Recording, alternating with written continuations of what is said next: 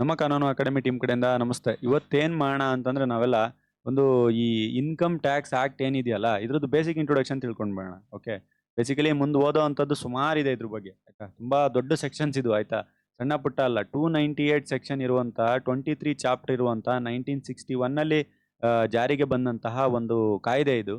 ಈ ಕಾಯ್ದೆ ಏನಿದೆ ಅಲ್ವಾ, ಇದು ಸೆಟ್ ಆಫ್ ರೂಲ್ಸ್ ರೆಗ್ಯುಲೇಷನ್ಸ್ಗಳನ್ನ ಮಾಡ್ಕೊಂಡಿದ್ದಾರೆ. ಏನಕ್ಕೆ ಮಾಡ್ಕೊಂಡಿದ್ದಾರೆ ಅಂತಂತಂದ್ರೆ ಯಾವ ಥರ ಇನ್ಕಮ್ ಟ್ಯಾಕ್ಸ್ನ ಹಾಕಬೇಕು, ಯಾವ ಥರ ಅಡ್ಮಿನಿಸ್ಟ್ರೇಟಿವ್ಗಳನ್ನ ಇಡಬೇಕು, ಯಾವ ಥರ ಇನ್ಕಮ್ ಟ್ಯಾಕ್ಸ್ನ ಕಲೆಕ್ಟ್ ಮಾಡಬೇಕು, ರಿಕವರ್ ಮಾಡಬೇಕು, ಈ ಎಲ್ಲ ಸಿಸ್ಟಮ್ಸ್ಗಳನ್ನು ರೂಲ್ಸ್ ಆ್ಯಂಡ್ ರೆಗ್ಯುಲೇಷನ್ ನೀಟಾಗಿ ಬರ್ಕೊಂಡು ಬಿಟ್ಟಿದ್ದಾರೆ. ಇದೇ ರೀತಿ ಇರಬೇಕಂತ 23 ಇರೋ ಚಾಪ್ಟ್ರಲ್ಲಿ ಒಂದು ಯಾವ ಥರ ಲೀವೀಸ್ ಮಾಡಬೇಕು, ಯಾವ ಥರ ಹಾಕಬೇಕು, ಆಮೇಲೆ ಅಡ್ಮಿನಿಸ್ಟ್ರೇಷನ್ ಯಾವ ಥರ ಇರಬೇಕು, ಅಥಾರಿಟಿ ಯಾವ ಥರ ಇರಬೇಕು, ಫೈನ್ ಕಟ್ಟಿ ಇವ್ರು ಏನೋ ಸರಿಯಾಗಿ ಇನ್ಕಮ್ ಟ್ಯಾಕ್ಸ್ ಕಟ್ತಿಲ್ಲ ಅಂತಂದರೆ ಫೈನ್ ಯಾವ ಥರ ಹಾಕಬೇಕು, ಅದನ್ನ ಯಾವ ಥರ ಪೆನಾಲ್ಟಿಗಳನ್ನ ಇಂಪೋಸ್ ಮಾಡಬೇಕು, ಯಾವ ಯಾವ ಬಾಡೀಸ್ಗಳಿರುತ್ತೆ, ಯಾವ ಯಾವ ಇನ್ಕಮ್ಗಳನ್ನ ನಾವು ಇನ್ಕಮ್ಸ್ ಅಂಡರಲ್ಲಿ ತಗೊಂಡು ನೀವು ಇದರಲ್ಲಿ ಇನ್ಕಮ್ಸ್ಗಳನ್ನ ನಾವು ವಸೂಲಿ ಮಾಡ್ತೀವಿ ಅಂತ ಹೇಳ್ತೀವಿ.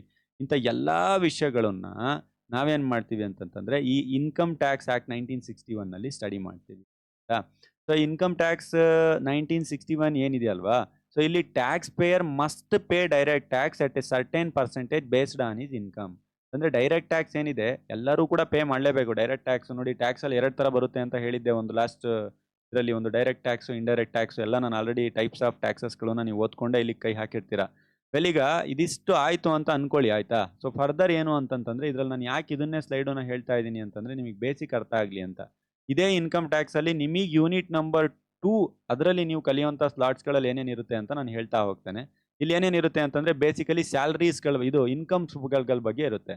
ಇನ್ಕಮ್ ಯಾವುದ್ಯಾವ್ದ್ರಿಂದ ಬರುತ್ತೆ ನಾನು ನಿಮಗೆ ಹೇಳಿದೆ. ಒಂದು ಬಂದರೆ ನಮ್ಮ ಸ್ಯಾಲ್ರಿಯಿಂದ ಬರಬಹುದು ಅಲ್ವಾ, ಇಲ್ಲ ಅಂತಂದರೆ ಹೌಸ್ ಪ್ರಾಪರ್ಟಿಯಿಂದ ಬರಬಹುದು, ಇಲ್ಲ ಅಂತಂದರೆ ನಮ್ಮ ಬಿಸ್ನೆಸ್ಸಿಂದ ಬರಬಹುದು, ಇಲ್ಲ ಅಂತಂದರೆ ನಮ್ಮ ಈ ಕ್ಯಾಪಿಟಲ್ ಗೇನ್ಸಿಂದ ಬರಬಹುದು. ಅರ್ಥ ಆಗ್ತಿದೆಯಲ್ವಾ ನಿಮಗೆ?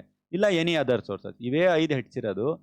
ಕೇಳಿದರೆ ಸಮ್ಟೈಮ್ಸ್ ಲಾಟ್ರಿ ಏನಾಗ್ಬಿಡುತ್ತೆ ಗೊತ್ತಾ, ಯಾವ ಯಾವ ಇನ್ಕಮ್ನ ಹೆಡ್ನ ಅಂಡರಲ್ಲಿ, ಇನ್ಕಮ್ ಟ್ಯಾಕ್ಸ್ನ ಅಂಡರಲ್ಲಿ ನಾವು ಟ್ಯಾಕ್ಸಸ್ಗಳನ್ನು ಕಲೆಕ್ಟ್ ಮಾಡ್ತೀವಿ ಅಂತ ಕೇಳ್ತಾರೆ. ಆ ಟೈಮಲ್ಲಿ ಇವು 5 ಹೆಡ್ಡು ಬರೆದು ಜ್ಞಾಪಕ ಇರುವಂಥ ಸೆಕ್ಷನ್ಸ್ ಬರೆದು ಇದ್ರ ಬಗ್ಗೆ 4 ಲೈನ್ ಬರೆದ್ಬಿಟ್ರೆ ಸೇಫರ್ ಸೈಡ್ ನೀವು. ಇಲ್ಲಾಂದರೆ ಎಕ್ಸಾಮಲ್ಲಿ ಕೇಳಿದರೆ ಯಾವುದಾದ್ರೂ ಒಂದು ಪರ್ಟಿಕಲ್ ಪಾಯಿಂಟ್ ಬಗ್ಗೆ ಲಾಂಗ್ ಆನ್ಸರ್ಸ್ಗಳಿಗೆ ಬರೀರಿ ಅಂತ ಕೇಳುವಂಥ ಸಾಧ್ಯತೆಗಳಿರುತ್ತೆ.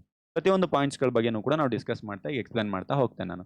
ಒಂದು, ಈ ಇನ್ಕಮ್ ಟ್ಯಾಕ್ಸ್ ಆ್ಯಕ್ಟಲ್ಲಿ ನಮ್ಮ ಯೂನಿಟ್ ನಂಬರ್ 2ದಲ್ಲಿ ನಮ್ಮ ಯೂನಿವರ್ಸಿಟಿಯ ಪ್ರಕಾರ ನೀವು ಇನ್ಕಮ್ಸ್ಗಳು ಯಾವ್ದ್ಯಾವ್ದಿದೆ ಅನ್ನುವಂಥ ಒಂದು ಕಾನ್ಸೆಪ್ಟ್ಸ್ಗಳನ್ನು ಕಲಿತೀರಾ.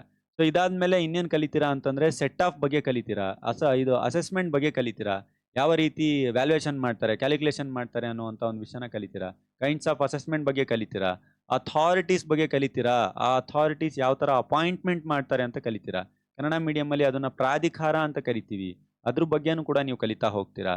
ಸೊ ಇದಿಷ್ಟಲ್ಲದೆ ಅಲ್ಲದೆ IT ರಿಟರ್ನ್ಸ್ನ ಫೈಲ್ ಮಾಡೋದು ಹೇಗೆ ಅಂತ ಕಲಿತೀರಾ, ಪೆನಾಲ್ಟಿನ ಯಾವ ರೀತಿ ಹಾಕ್ತಾರೆ ಅಂತ ಕಲಿತೀರಾ. ಇದು ಎಲ್ಲದೂ ಕೂಡ ಒಂದೊಂದು ಚಾಪ್ಟರ್ ಆ್ಯಕ್ಚುಲಿ ಈ ಆ್ಯಕ್ಟ್ನ ಅಂಡರಲ್ಲಿ 298 ಸೆಕ್ಷನ್ ಇರುವಂತಹ ಒಂದು ದೊಡ್ಡ ಆ್ಯಕ್ಟ್ ಇದು, ಇನ್ಕಮ್ ಟ್ಯಾಕ್ಸ್ ಆ್ಯಕ್ಟು. ಅದನ್ನು ನಿಮಗೆ ಜಸ್ಟ್ ಒಂದು 20% ಆಫ್ ಯುವರ್ ಸಿಲೆಬಸ್ಸಿಗೆ ಇಟ್ಬಿಟ್ಟು ಕಂಪ್ಲೀಟಾಗಿ ತೊಗೊಳ್ಳಿ ಅಂತ ಹೇಳ್ತಾ ಇದ್ದಾರೆ ಮಾರ್ಕ್ಸಿಗೆ. ತುಂಬ ಹೆವಿ ಸಿಲೆಬಸ್ ಮಾಡಿದ್ದಾರೆ ಆಯಿತಾ, ಸಿಲೆಬಸ್ ಅಮೆಂಡ್ಮೆಂಟ್ ಅದರಿಂದ ಸ್ವಲ್ಪ ಹೆವಿ ಸಿಲೆಬಸ್ ಆಗಿದೆ.